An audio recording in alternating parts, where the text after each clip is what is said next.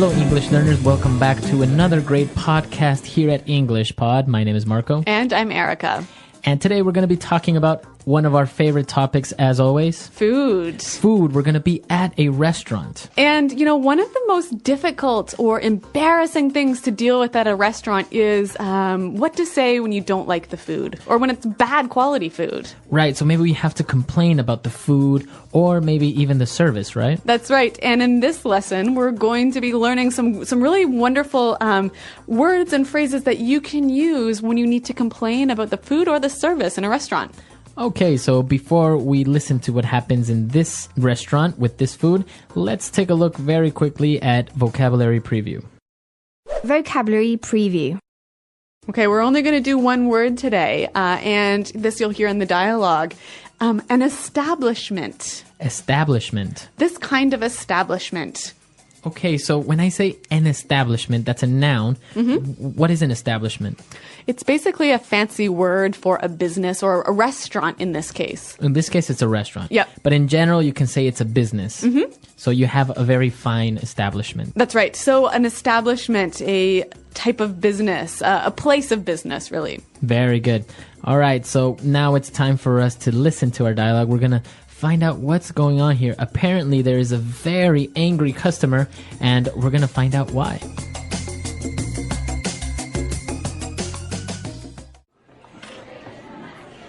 Excuse me, waiter. Yes, sir. What can I do for you? I've been sitting here for the past 20 minutes, and no one has offered me a glass of water, brought any bread to the table, and our appetizers haven't been served yet. In this kind of establishment, I'd expect much better service. I'm sorry, sir. I'll check on your order right away. Relax, honey. The place is busy tonight, and I've heard the food is amazing. Anyway. Here you are, sir. The foie gras for the lady and a mushroom soup for you. Waiter! I ordered a cream of mushroom soup with asparagus. The soup is obviously too runny, and it's over-seasoned. It's completely inedible. Okay, I do apologize for that. Can I bring you another soup, or would you like to order something else? Take this foie gras back as well. It's rubbery and completely overcooked. And look at the portion size. How can you charge $25 for a sliver of duck liver? Right away, sir. Honey, come on. The foie gras was fine. Why are you making such a big deal? Are you trying to get our meal comped again? What do you mean? We are paying for this, and I'm shelling out my hard-earned bucks. I expect value for money. Here you are, sir.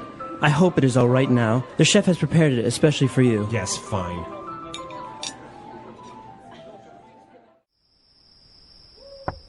Honey, are you all right?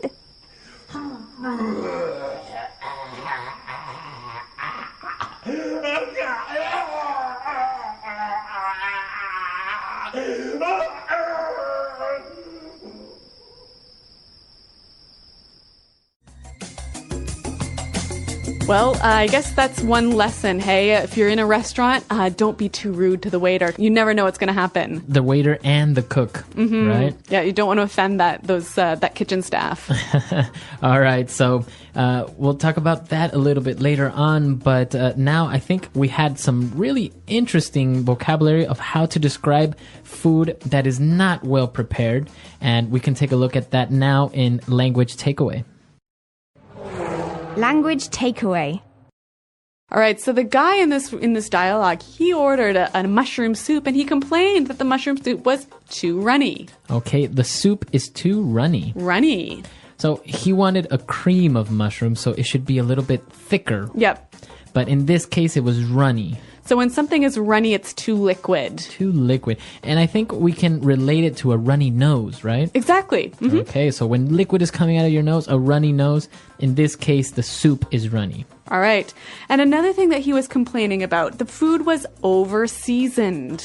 Over-seasoned. The food is over-seasoned. Okay, so if the food is over-seasoned, it's too salty. So it's another way of saying it's too salty. Yeah, it's kind of a fancy a cooking term.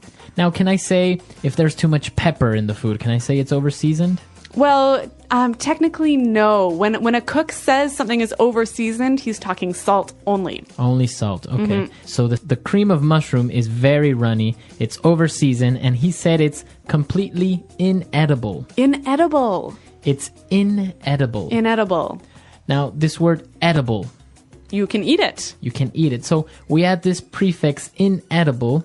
You cannot eat it. This is not possible. Yeah. And it doesn't mean that physically you can't eat it. It just means it's pretty disgusting. Okay. This food is inedible. And then he started to complain about the other dish. And he said that it's rubbery. Rubbery. The foie gras was rubbery. All right. So I think we noticed the word rubber. So obviously, if a food is rubbery, it tastes, or it's too chewy. It's like chewing on the bottom of your shoe, right? Okay, so it's too hard to chew or to swallow. Exactly. All right. Apparently, the food was rubbery because it's completely overcooked. Overcooked. All right, we have overcooked. So when something is overcooked, I mean, it's easy to understand that it's cooked too much. But it doesn't mean that it's burnt, right? No, so maybe you've ordered your steak to be rare, but it comes to you well done. So it's not burnt, but it's cooked too much. So also, I guess we can say like chicken. Sometimes if you overcook chicken, it comes out too dry. Yep. All right, so to overcook something. And finally, he was complaining about the size of the dish, and he said, this is a sliver of duck liver. Okay, a sliver. A sliver. All right. Now, this word sliver is like a slice, right? A very small, tiny little slice. Okay, so we can say, okay, I just want a sliver of bacon for breakfast. All right, why don't we hear a few more examples of how we can use sliver? Example 1. No, John's on a diet. He'll just have a sliver of cake and no ice cream. Example 2. I'm really full, but it looks so delicious. Can you just cut me a sliver? Example 3. You call this sliver of beef on my plate a meal? There's almost nothing here. And those are all the words we had for language takeaway. Now you have... So we've given you different adjectives of describing food that is not well prepared. So now let's move on to some other phrases that the customer used to complain in Fluency Builder. Fluency Builder. Okay, so before we get to the customer complaining language, I want to look at a phrase that the waiter used to apologize. He said, I do apologize. I do apologize. I do apologize. Now, why is this phrase so interesting? Well, I mean, it's pretty easy to understand the meaning, but I want to look at why he added this verb do. Well, he added the verb do to this phrase to make it seem a little bit stronger, to give a little more power to his apology. Right, so if you have an affirmative phrase like, I apologize. Yep. It's good. Yeah. But if you want to give it a little bit more emphasis, you can say, I do apologize. Why don't we give an example? So I might say this. Marco, I didn't know we had a party tonight. And I might say, what? I did tell you about it last week. Right, so you're just giving a little bit more power to the statement that you told me. So this do, did, does becomes an auxiliary to make it more powerful, to give it more emphasis. Yeah, exactly. So a neat little phrase, something you can use if you want to make your apologies sound maybe a little bit stronger. All right. Now, moving on to the next phrase. He was complaining about the food and it was terrible, and he said, I'm shelling out my hard-earned bucks. Okay, let's break this one down into two sections. We'll start with shelling out. All right, so to shell out. So when you shell out, you pay for something. All right, but this gives you the sensation that you don't really want to pay. You're a bit unhappy about it. Right, so you want to shell out your money. Why don't we listen to some examples to show us how we can use this phrase to shell out? Example 1. Great. It's my girlfriend's birthday this month, so I'm going to have to shell out for a present. Example 2.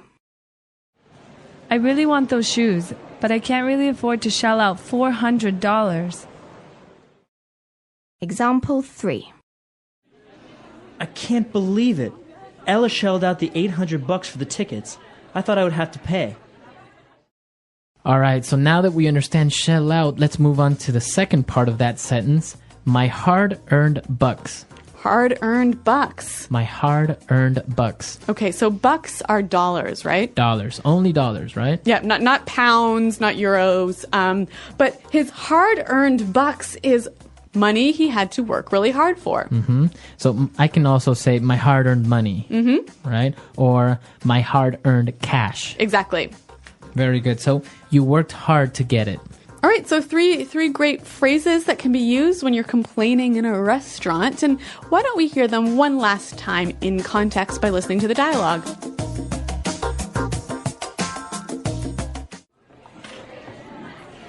Excuse me, waiter. Yes, sir. What can I do for you? I've been sitting here for the past 20 minutes, and no one has offered me a glass of water, brought any bread to the table, and our appetizers haven't been served yet. You know, in this kind of establishment, I'd expect much better service. I'm sorry, sir. I'll check on your order right away. Relax, honey. The place is busy tonight, and I've heard the food is amazing. Anyway, Here you are, sir. The foie gras for the lady and a mushroom soup for you. Waiter! I ordered a cream of mushroom soup with asparagus. The soup is obviously too runny, and it's over-seasoned. It's completely inedible. Okay, I do apologize for that. Can I bring you another soup, or would you like to order something else? Take this foie gras back as well. It's rubbery and completely overcooked. And look at the portion size. How can you charge $25 for a sliver of duck liver? Right away, sir. honey, come on. The foie gras was fine. Why are you making such a big deal? Are you trying to get our meal comped again? What do you mean? We are paying for this, and I'm shelling out my hard-earned bucks. I expect value for money. Here you are, sir. I hope it is all right now. The chef has prepared it especially for you. Yes, fine.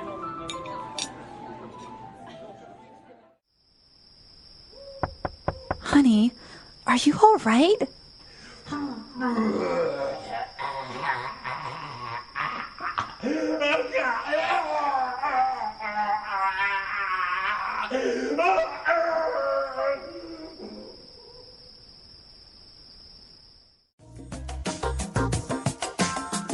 So complaining at a restaurant and actually sending food back is not uncommon in the U.S. Yeah, of course. If the food's bad, of course you're going to send it back.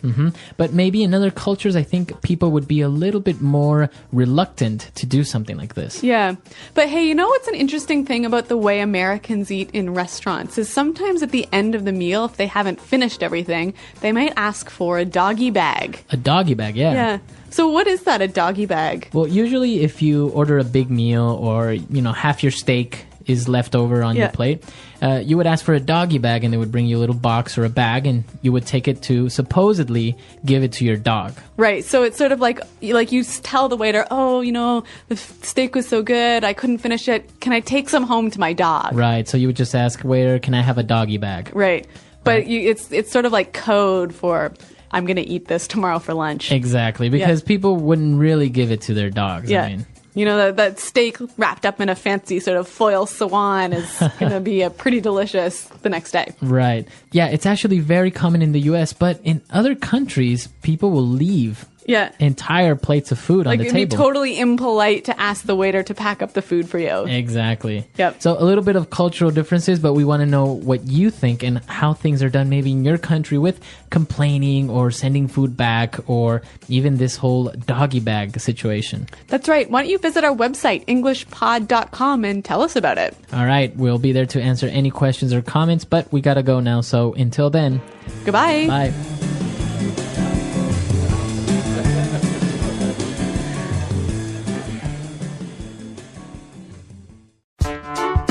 The English Pod Audio Review. Listen to the meaning, then say the vocabulary word. A bad second taste. A bad aftertaste. A strong, unpleasant taste that is opposite of sweet. Bitter. A strong, unpleasant smell. Rank. A rotten taste or smell. Rancid. Not appealing, not attractive or tasty. Unappealing. Little dish people have before meal.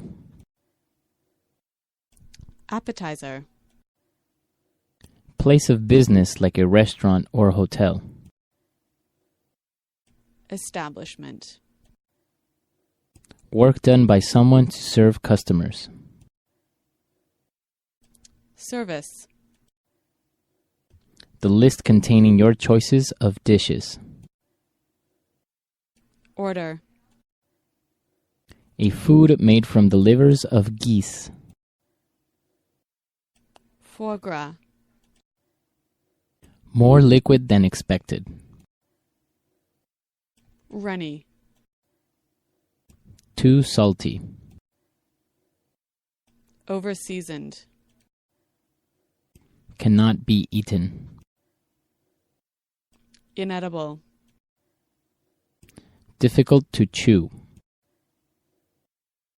Rubbery. Be cooked over time. Overcooked. The amount of food that is served to a person. Portion size. A small, thin piece. Sliver. Get very upset about something small. Make a big deal. Be given to customers for free. Comp. To spend money. Shell out. Money you work hard for. Hard earned. Let's try that faster. Work done by someone to serve customers. Service. Place of business like a restaurant or hotel. Establishment. More liquid than expected. Runny. The amount of food that is served to a person. Portion size. A strong, unpleasant smell. Rank. Difficult to chew. Rubbery. Too salty. Over-seasoned. Not appealing, not attractive or tasty. Unappealing. Be given to customers for free. Comp. Get very upset about something small. Make a big deal. A strong, unpleasant taste that is opposite of sweet. Bitter. A bad second taste. A bad aftertaste. A food made from the livers of geese. Foie gras. The list containing your choices of dishes. Order. Be cooked over time. Overcooked. Cannot be eaten. Inedible. To spend money. Shell out. Money you work hard for. Hard earned. A rotten taste or smell. Rancid. A small, thin piece. Sliver. Little dish people have before meal. Appetizer. Now say the word and hear it in a sentence. Inedible.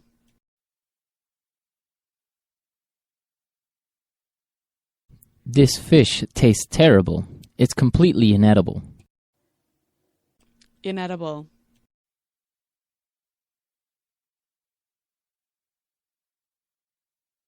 If you leave meat out of the refrigerator for too long, it will be inedible. Inedible.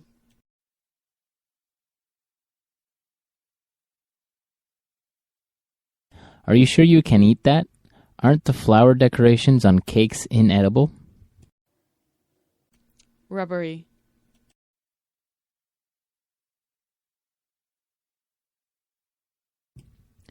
This steak is so rubbery I can barely chew it. Rubbery.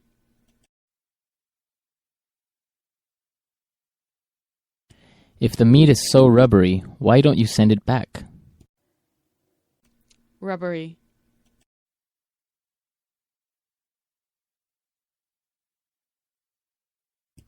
The foie gras is so rubbery, I bet it would bounce on the floor if I dropped it. Sliver.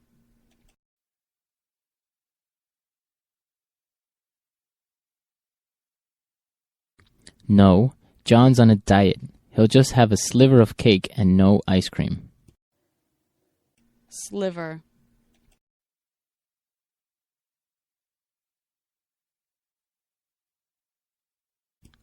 I'm really full, but it looks so delicious. Can you just cut me a sliver? Sliver.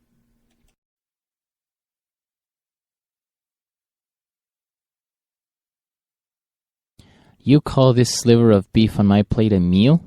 There's almost nothing here. Hard-earned.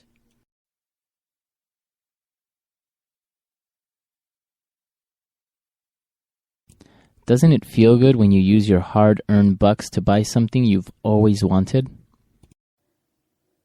Hard-earned.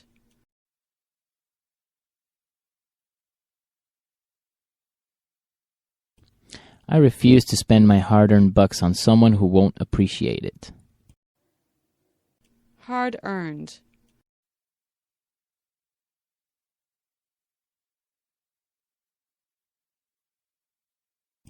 Richard is such a great guy. Every year he would donate his hard-earned bucks to a different charity.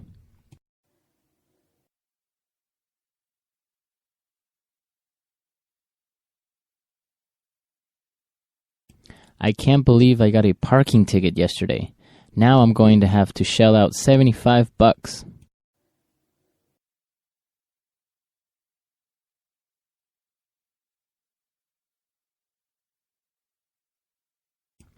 It's me and my girlfriend's 5-year anniversary on Saturday, so I'm going to shell out for a nice dinner and a pair of nice earrings.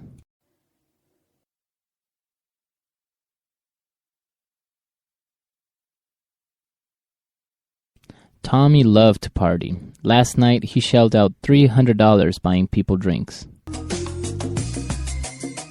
All right, so now you have all the vocabulary necessary the next time you need to ask someone for a favor. Yes. At the office, with your friends, with your family, anyone. Well, everyone, we are out of time for today. Until next time. Bye-bye. Bye.